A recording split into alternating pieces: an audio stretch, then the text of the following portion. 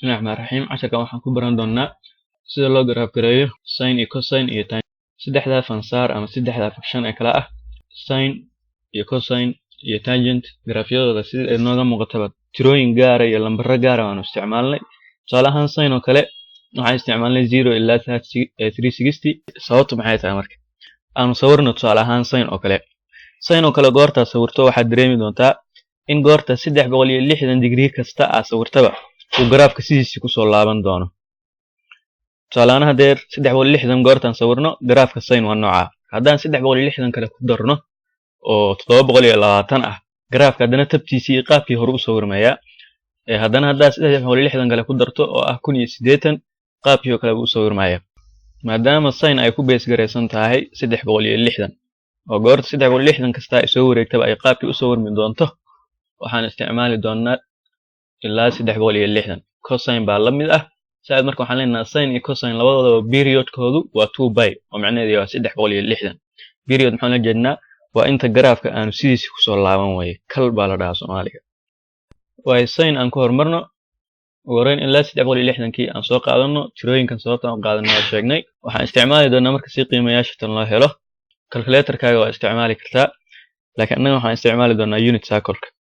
circle marka halka kuwa buluugan dhererkoodu waa radius-ka ama hypotenuse-ka weeye dhererkoodu waa 1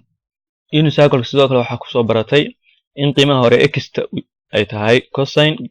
qiimaha dambe ee y-dana waa maxay ay tahay qiimihii sin x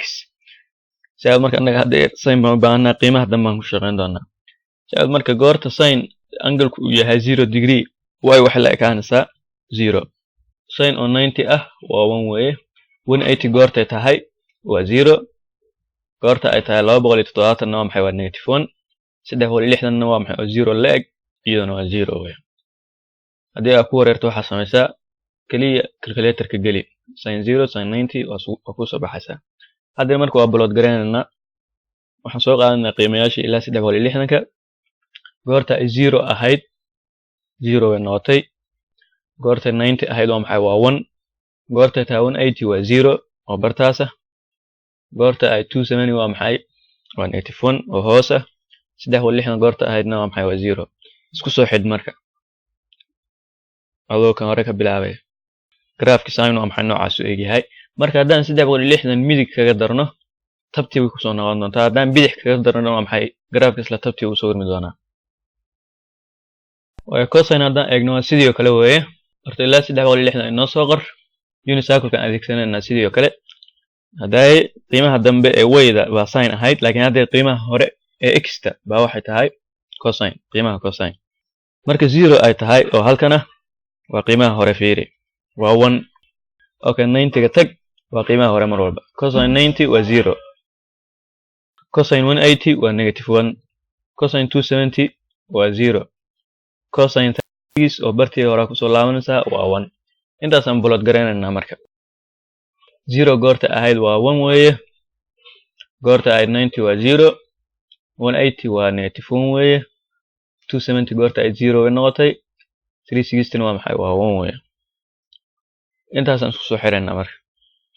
haddaanu 360 dhinac walba kaga darno isla tabtiibu garaaf ku soo laaban doonaa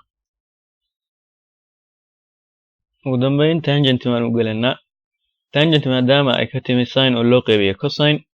waxaanu kaashan doonaa jadwaladii hadhaaya aan soo saaranay sin iyo cosine tangent waxa xusnaataa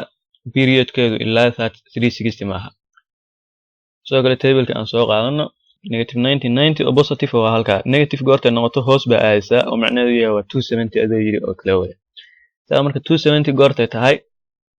sin -1 bay ahayd cosine waa maxay 270 waa 0 weeye -1 iyo 0 haddaa isu qaybiso maadaama hooseeyay uu 0 noqday lama garanayo waa undefined ama waa infinity weeye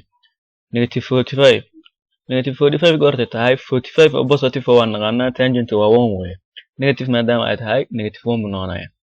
okay tangent oo 0 ah waa 0 weeye ama jadwalka ka eeg ama unit circle-ka adeegso waa 0 loo qaybiyay 1 45 waa 1 weeye tangent 45 tangent oo 90 waa maxay waa infinity weeye sababtoo ah